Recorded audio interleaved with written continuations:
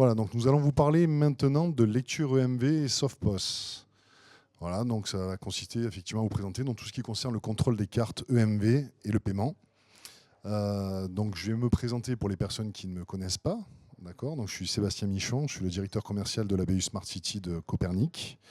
Et je vais laisser Christelle Carbonel se présenter, notre partenaire, donc Alcineo, et vous parler un petit peu en quelques mots d'Alcineo. Oui. Bon, je m'appelle Christelle Carbonel, je suis la directrice commerciale et marketing d'Alcineo. Alcineo est une petite société située à La Ciotat. On a 3 activités de développement. On fait des kernels de paiement que vous allez retrouver dans les valideurs en open payment dans les transports en commun. On développe des solutions logiques de sécurité. Alors pour ceux qui ne connaissent pas, quand on fait un terminal de paiement, on doit être accrédité PCI, PTS, POI. Et en fait, on va fournir des briques logicielles qui vont permettre à ces terminaux de pouvoir passer ces certifications. Et notre dernier cœur de métier reste le SoftPOS. On a développé une solution complète qui apporte à la fois des kernels fonctionnels. Donc pour l'instant, on a certifié Visa, Mastercard, American Express et Pure. On est en train de certifier Discover, JCB et UnionPay. Ça nous permet de couvrir les principaux schémas internationaux de paiement que vous allez rencontrer, je ne sais pas, en Chine ou aux États-Unis ou en Europe.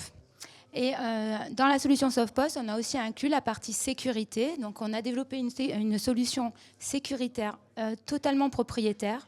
On ne s'appuie pas sur les Google Services. Et on a fait une évaluation complète de la sécurité qui a été acceptée par les schémas de paiement. Ça, c'est assez important, vous verrez pour la suite, puisque la plupart des SoftPOS que vous allez pouvoir voir sur le marché se basent sur du Google Services, ce qui n'est pas le cas pour nous. Merci Christelle. Alors, pour suivre, je souhaitais faire un petit retour en arrière quand même, un peu d'histoire et un petit flashback pour vous expliquer d'où on vient et justement pour mieux comprendre où on va dans ce domaine du transport public. Donc, vous avez vu ce slide tout à l'heure dans la présentation plénière. Effectivement, ça fait plus de 15 ans qu'on adresse le domaine du transport public et plus particulièrement donc, la fourniture du portable de contrôle historiquement. Donc, on a traversé différentes générations de machines, différentes technologies aussi. On est passé du monde Microsoft, Windows CE, Windows Mobile. On a pris le virage Android à partir de 2014 sur ces terminaux mobiles. C'est pour dire qu'on connaît bien cet univers-là voilà, et qu'on essaie d'être toujours à l'écoute des différents besoins sur ce marché pour proposer les meilleures solutions. Donc, si on fait un petit focus justement sur ce marché, donc on a dû faire face à différentes technologies qui ont évolué dans le temps et différents usages. Donc les premiers besoins auxquels nous a été demandé de répondre, c'est la lecture de titres sans contact. D'accord, dans ce domaine-là, donc essentiellement dans un premier temps des cartes sans contact, mais aussi des tickets sans contact. Donc il a fallu intégrer ces technologies dans nos terminaux. La deuxième technologie qui se démocratise de plus en plus, c'est le code à barre, donc la lecture de QR codes. Donc on va retrouver des QR codes sur des titres unitaires par exemple, ou des QR codes qui vont être dématérialisés sur des écrans de smartphone. Et puis aujourd'hui, c'est l'avènement effectivement de la carte bancaire ou de wallet embarquée, donc ils font appel aussi à de nouvelles technologies pour la lecture de ces titres-là. Et ce qui est intéressant de voir, c'est qu'avec ces nouvelles technologies, on constate aussi une augmentation forte des différents cas d'usage. À l'origine, on nous demandait de fournir des terminaux de contrôle et uniquement de contrôle. Puis sont venus se greffer tout un tas d'autres demandes. Donc il nous a été demandé de pouvoir faire de la vente avec ces mêmes terminaux. Il nous a été demandé de pouvoir faire de la verbalisation lorsque le contrôle n'était pas bon, donc de basculer sur une application dédiée à faire de la verbalisation. On a eu également des demandes de validation, donc pour venir justement en renfort sur des réseaux, venir faire de la validation avec ces terminaux mobiles. Il y a des applications internes aussi propres aux opérateurs qui peuvent être embarquées sur les machines. Je pense à de la messagerie par exemple ou des choses comme ça. Vous avez de l'information voyageur, donc les réseaux aiment bien embarquer aussi l'application du réseau pour faire de l'information voyageur grâce à l'outil. Et maintenant, donc, la demande de paiement.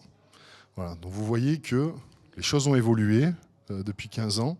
les demandes technologiques ont évolué et les cas d'usage autour de ce portable de contrôle à l'origine ont également bien évolué. Donc, qu'est-ce qu'on a proposé, nous, sur le marché ces derniers temps pour répondre à ces exigences-là? Donc, on avait le portable de contrôle, donc le C1 2, dans sa dernière génération, qui pouvait être associé donc, pour aller couvrir les cas d'usage de lecture de carte bancaire ou de paiement à une solution MPOS en Bluetooth, donc un petit MPOS en Bluetooth qui était associé à la machine. La problématique en fait, de ce couple-là, donc fonctionnellement, on arrivait à couvrir globalement le scope des attentes. Maintenant, donc, il y a des contraintes en termes d'encombrement. Vous imaginez les contrôleurs qui trimballent beaucoup de matériel déjà, qui doivent avoir donc 2 équipements, donc un terminal plus un MPOS, et contraintes d'ergonomie de prise en main. L'opération de contrôle est une opération sensible. Il faut toujours essayer d'avoir au moins une main libre quand on procède au contrôle. Et là, on se retrouve potentiellement avec les 2 mains prises pendant l'opération de contrôle. Il peut y avoir des contraintes d'appairage. Il ne faut pas oublier que bien souvent, associé à ces 2 devices-là, il peut y avoir une imprimante aussi en Bluetooth. Donc il peut y avoir quelques contraintes d'appairage et des difficultés. Et puis, quelque chose que connaissent bien aussi les opérateurs, c'est les problématiques de charge. Bien souvent, il faut stocker l'ensemble de ces terminaux. Il peut y avoir des casiers dédiés où les opérateurs, les contrôleurs stockent leurs équipements. Et il faut essayer d'optimiser au mieux les solutions de charge disponibles pour ne pas avoir des dizaines de prises à mettre en place. Donc c'est pourquoi aujourd'hui, vous expliquer un petit peu notre nouvelle proposition de valeur autour de notre nouvelle machine. Voilà, nous avons mis en place un partenariat fort avec la société Alcineo. Voilà, donc pourquoi Alcineo? Ce sont des experts des solutions SoftPOS, comme ils vous en ont parlé, comme Christelle en a parlé tout à l'heure. Voilà, et on va y revenir sur ces aspects-là. La particularité aussi d'Alcineo, c'est de nous avoir permis d'intégrer en fait, notre module RFID, notre module billettique dans un environnement sécurisé, et pour que le même module nous permette d'adresser à la fois les besoins de la billettique, mais également les besoins qui vont être liés à la lecture de carte bancaire. Et puis, la proximité géographique. On est un peu chauvin. La Ciotat, Aix-en-Provence, c'est pas très loin. Donc ça facilite le relationnel, ça facilite les échanges techniques. Donc c'est une bonne chose. Donc grâce à tout ça, aujourd'hui, voilà, on vous propose notre nouveau terminal, donc l'Access ER. L'Access ER, qu'est-ce qu'il représente aujourd'hui sur ces aspects-là du transport public, du SoftPOS et de l'EMV? Donc c'est un seul produit, un seul module RFID performant, un seul SDK, important pour les développements logiciels, et de multiples applications. Parce qu'on va voir en fait qu'à partir du moment où vous allez développer une application sur notre machine, si vous développez une application de contrôle, de vente, de validation, de verbalisation, le terminal va pouvoir passer des mains du contrôleur, potentiellement aller dans un bureau de tabac, un kiosque à journaux pour faire de la recharge de titres, ce qu'on appelle le TPV, potentiellement partir dans un véhicule pour faire du transport à la demande, donc de la validation ou de la vente de titres. Donc voilà, à partir du moment où vous avez développé sur le terminal, vous allez pouvoir couvrir l'ensemble des besoins au niveau des terminaux mobiles sur un projet de transport. Alors je vais repasser la main à Christelle qui va nous parler un peu plus de SoftPOS. Oh non, tu peux le faire. Tu veux que je fasse ? Oui. Non, moi, je fais pas plusieurs choses en même temps, même si je suis une femme. Je reste concentrée. Donc en fait, le SoftPOS, pour ceux qui ne connaissent pas, ça date d'environ 5 ans. Et c'est les schémas de paiement tels que Visa et Mastercard qui ont décidé de donner l'autorisation d'implémenter sur des terminaux Android des kernels de paiement sans véritable sécurité physique.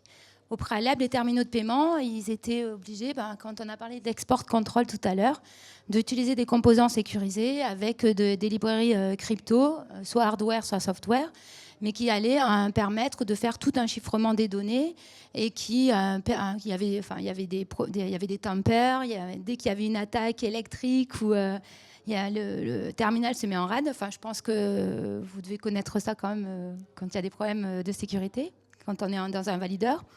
Du coup, les schémas de paiement ont proposé ces nouvelles solutions. Et nous, on s'y est mis il y a très longtemps, en fait. On a commencé à travailler avec le Canada pour une banque qui avait besoin de voir une solution SoftPOS pour, au départ, c'était pour leur cantine. Bon, ça ne fait pas rêver, mais ça nous a fait avancer et on a pu développer et certifier ces solutions. On a fait tous les schémas Visa, Mastercard, et on a mené à bien les certifications, y compris celle de la sécurité. Donc, ça, je pense que c'est assez important parce que dans la solution SoftPOS, on intègre des kernels qui sont identiques à ceux des terminaux de paiement standard. On n'a pas de, pour l'instant, les schémas de paiement ne nous ont pas demandé de faire du mass transit ou un full open payment. On a des terminaux qui vont faire de l'achat de tickets, du paiement d'amende. Et donc ça se fait grâce au terminal de Copernic. On n'a pas de problème, on va faire une lecture de la carte et on va pouvoir faire une transaction normale. Ouais, vise bien parce que... Au niveau de la sécurité, puisqu'on a passé une évaluation, donc on a utilisé le laboratoire UL. Bon, à La Ciotat, c'est vrai qu'on reste chauvin quand même. On a 3 éléments de sécurité. On a une white box, dans laquelle on va mettre une clé maître, qui va être signée avec des clés de transport, qui sont en général, ces clés de transport sont données aux autorités de transport. Ensuite, on va avoir une double offuscation du code, parce que notre solution est découpée en 2 parties. On a un API Android, mais on a toute une partie en natif, en C, pour des questions de performance et des questions de sécurité. Donc on a double offuscation, on offusque en C et on offusque en Android. Et enfin, on a un module d'attestation parce que les spécifications SoftPOS nous imposent d'attester tous les devices et toutes les applications de paiement avant d'entamer une transaction. Donc on a ce module on a un serveur d'attestation et un module d'attestation qui va permettre d'assurer l'intégrité et du device et de l'application. Ensuite, ça, je pense que c'est assez important et tu peux peut-être en parler. Oui, bien, effectivement, donc on revient encore sur la gestion de ces fonctionnalités-là et la gestion des terminaux. Et grâce à l'outil effectivement qu'on vous a présenté, donc SOTI MobiControl, on va être capable vous avez d'ailleurs un atelier juste derrière si vous voulez voir des démonstrations, mais on va être capable de déployer l'application à distance. Ça, c'est important, de mettre à jour l'application à distance et aussi de venir verrouiller l'usage de l'application. Voilà, donc c'est-à-dire qu'on peut utiliser aussi cet outil de gestion des terminaux à distance pour venir piloter l'application. Voilà, c'est un peu important. Et je reviens là-dessus, c'est assez important parce que du coup, si vous êtes dans le transit, vous n'allez pas forcément mettre l'application sur un store. Vous allez le gérer en interne sur votre backend d'application. Mais en utilisant cet outil-là, vous pouvez gérer totalement la flotte. Vous pouvez updater en temps réel, vous pouvez bloquer si jamais il y a un problème sur un device, ou s'il est cassé, ou s'il est perdu. Enfin, je suis désolée, je ne connais pas toutes les problématiques du transit, mais c'est assez. Je pense que c'est très important dans cette particularité du SoftPOS. Ça ne marche pas. Non, c'est Fanny. Non, je plaisante. Ensuite, au niveau, en dehors du paiement, il y a aussi le contrôle. Sachez que les schémas de paiement, notamment Visa et Mastercard, alors je parle beaucoup d'eux, mais parce que c'était quand même les premiers qui ont valorisé la partie de SoftPOS, ont envisagé le SoftPOS vraiment comme une solution de contrôle. Et du coup, nous, on a mis en place la solution, étant donné qu'on travaille dans les valideurs. Donc, on a fait déjà la tokenisation, des couches de tokenisation pour certains de nos clients. On utilise en fait... on utilise une tokenisation avec une clé, avec un HMAC. Et du coup, on va tokeniser le PAN qui va être envoyé sécurisé. Ensuite, il y a 2 solutions, soit avec un check dans le back-end, soit si les listes sont rafraîchies sur le lecteur Copernic. Donc, en fait, ça marche très bien dans le transit, dans des pays comme à Stockholm, sur nos valideurs. Et du coup, on utilise exactement la même solution dans notre solution SoftPOS. Et cette solution de tokenisation a été aussi certifiée PCI au point de vue des algos et au point de vue du process. Ensuite, au niveau du paiement et du PIN, donc on a une application PIN on Glass qui va permettre de dépasser les floor limits du sans contact dès qu'on passe sur des montants supérieurs à 50 €. Et donc ça vous permet de pouvoir, de pouvoir accepter tout type de transaction quand c'est de la carte sans contact. Quand c'est du wallet, en général, l'empreinte sur le téléphone est suffisante, on n'a pas de demande de PIN en fait. Mais quand vous êtes en carte sans contact, selon les certains montants, on est obligé d'entrer le PIN.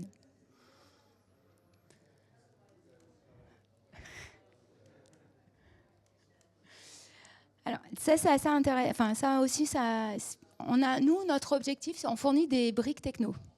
Donc, clairement, on n'est pas des fournisseurs de solutions globales. Par contre, on a fait des partenariats. Donc, on a celui de Copernic pour la partie hardware. Et quand on parle d'une fourniture de solutions complètes, on a intégré une application Nexo. Donc, Nexo est un protocole d'acquisition bancaire. Et qui, en fait, vous avez une application de paiement. Vous avez un terminal management et une solution pour gérer les messages d'autorisation qui s'intègrent avec un protocole Nexo et on va faire ça avec un PSP français pour l'instant. Ça permet d'avoir une solution globale de bout en bout. Après, je pense que dans le transit, vous avez souvent des plateformes intermédiaires, vous avez votre propre protocole avant d'avoir un transfert sur vos acquéreurs, je suppose. Non. Il y a un Nexo acquéreur et il y a un Nexo Fast et un Nexo acquéreur. On a le Fast et l'acquéreur.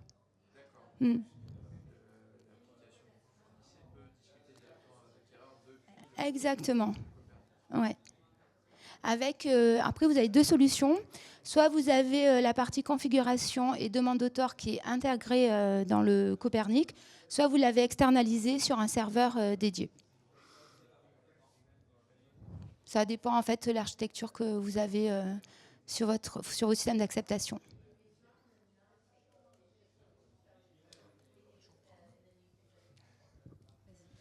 Merci Christelle. Voilà, donc en résumé, si vous voulez, au niveau de notre approche, donc on vous propose aujourd'hui un terminal, un module performant, un SDK. Dans la démarche Copernic, vous avez systématiquement accès donc, à un support, mais aussi un chef ou une chef de projet dédié pour vous accompagner systématiquement dans le déploiement de vos projets. Donc il y a une personnalisation de l'accompagnement. Le point clé aussi, c'est l'engagement de pérennité. Donc on l'a vu ce matin dans la plénière, parce que là on est en train de parler de solutions à l'attention du transport public et on sait que les cycles sont importants. Voilà, les cycles de vie des différents projets sont importants. Donc on va être capable de prendre des engagements en termes de durée de commercialisation des équipements, de durée de maintenance des équipements. Donc tout ça, ça m'amène justement au fait que l'intégration soit simplifiée par rapport à cette approche-là. On va pouvoir vous accompagner pour faciliter justement l'intégration de notre brique hardware et des briques logicielles.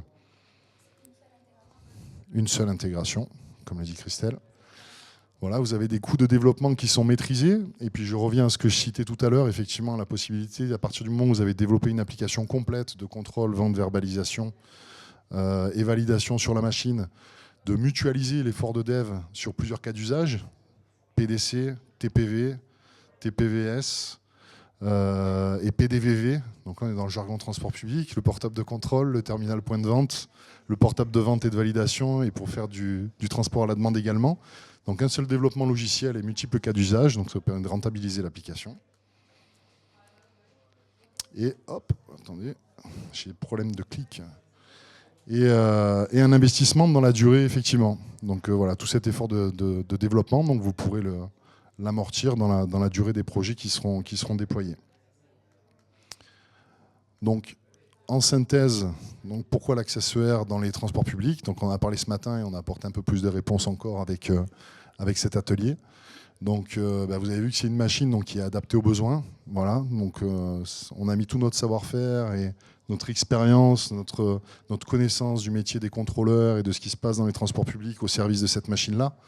Donc avec un module RFID performant, donc on en a parlé ce matin aussi avec une très bonne distance de lecture, avec un lecteur de code à barre très agressif et un angle d'attaque pour pouvoir lire les QR codes tout en voyant l'écran du terminal. C'est un point clé important aussi, parce qu'il y a beaucoup de QR codes aujourd'hui aussi déployés dans les transports publics. Vous avez toute la partie certification, donc on a l'habitude de certifier systématiquement nos machines avec le RCTIF. Donc là, on est sur le RCTIV V5. Le CENTS également, donc une autre certification biéthique qui va garantir en fait la compatibilité de notre lecteur avec l'ensemble des titres qui sont déployés sur les réseaux. Ça, c'est un point clé fondamental aussi. Voilà, nos machines sont amenées à être déployées sur des réseaux qui ont une dizaine d'années de titres déployés. Il va falloir être capable de lire l'ensemble de ces titres-là. On a fait les démarches aussi avec Apple pour le CP Agreement. Donc c'est la possibilité d'aller contrôler un iPhone, justement. Donc voilà, Samsung ne demande pas grand-chose pour venir lire ces terminaux. Apple, il a fallu rentrer dans une démarche un peu onéreuse. Et on a fait la démarche aussi Eclipse Keeple. Voilà, aujourd'hui, on propose le plugin Keeple. Donc on est partenaire de Calypso sur ce sujet-là et on a déjà fait ce travail-là. Donc c'est une solution tout en un, voilà, avec de multiples possibilités. Et puis ben voilà, donc la partie SoftPOS, EMB, donc vous avez un atelier à côté si vous avez des questions pour plus de précision. Et puis toute la partie sécurité de la machine aussi, sécurité en dehors des aspects paiement, etc. Toute la partie sécurité des OS, voilà, en s'appuyant sur des solutions qui sont en dehors justement du système Google de mise à jour de sécurité. Donc je vous invite à venir découvrir, si vous avez des questions, donc sur le stand à côté, la machine, les démonstrations. Et on se tient à votre disposition également pour répondre à toutes vos questions. Merci Christelle.